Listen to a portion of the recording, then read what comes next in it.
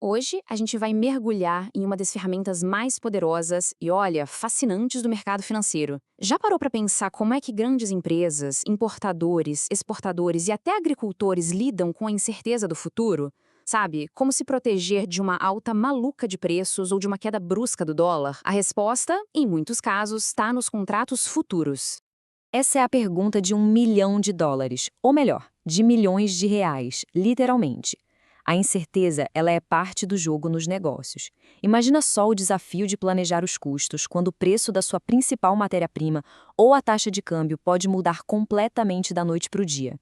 É um risco que pode não só acabar com o lucro, mas até quebrar uma empresa.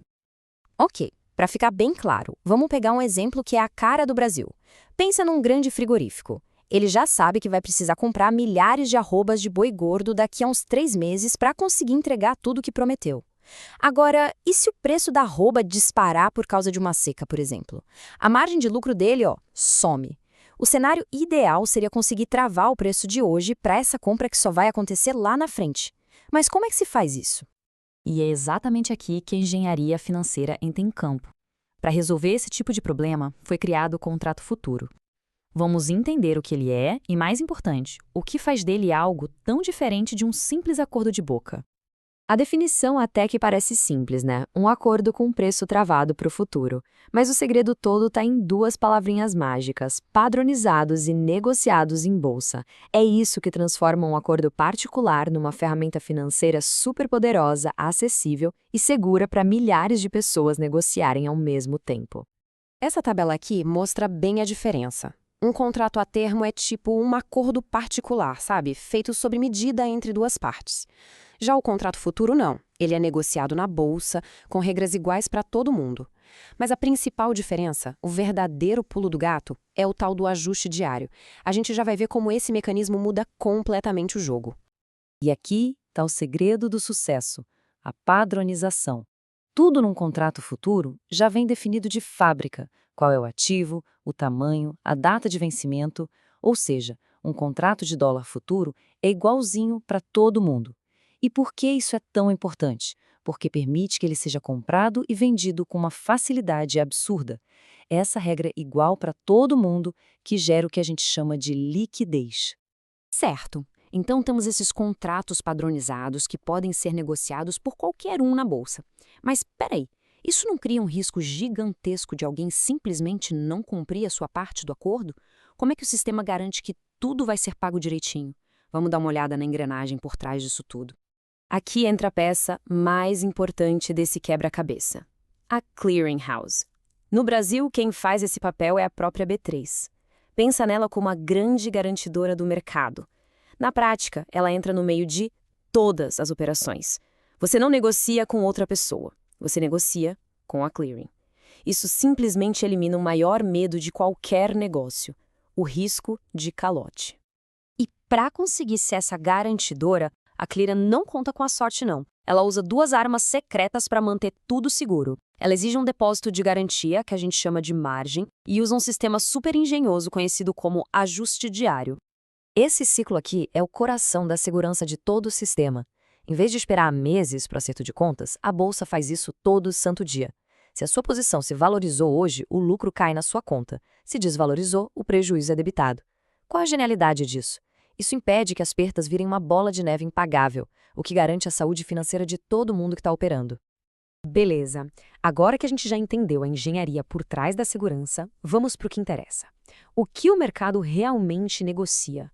Quais são os contratos mais importantes, aqueles que realmente movimentam a economia na nossa bolsa? Aqui no Brasil, 3 tipos de contratos são os pesos pesados do mercado. Eles dominam completamente o jogo. São os futuros de dólar, de juros DI e do nosso índice Ibovespa. O volume de dinheiro que gira neles é uma coisa absurda e eles funcionam como um verdadeiro termômetro das expectativas para a economia do país.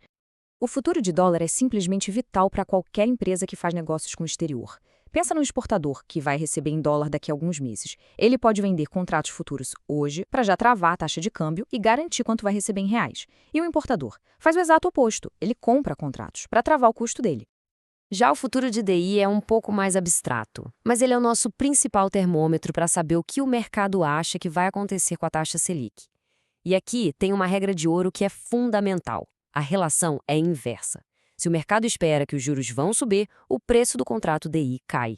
Se a expectativa é de juros mais baixos no futuro, o preço do contrato sobe. É basicamente um espelho do otimismo ou pessimismo com a economia. E por último, mas não menos importante, temos o futuro do Ibovespa.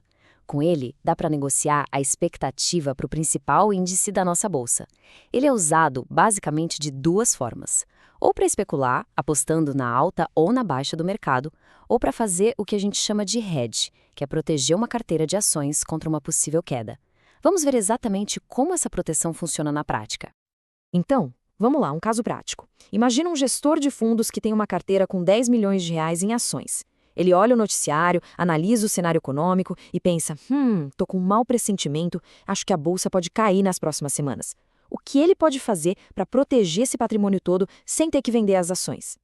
A solução é muito engenhosa. Em vez de sair vendendo milhões em ações, o que seria lento, caro e poderia até derrubar o preço dos papéis, ele vai lá no mercado futuro e vende contratos de Ibovespa. Existe um cálculo certinho para saber a quantidade exata de contratos para neutralizar o risco. No nosso exemplo, seriam 80 contratinhos.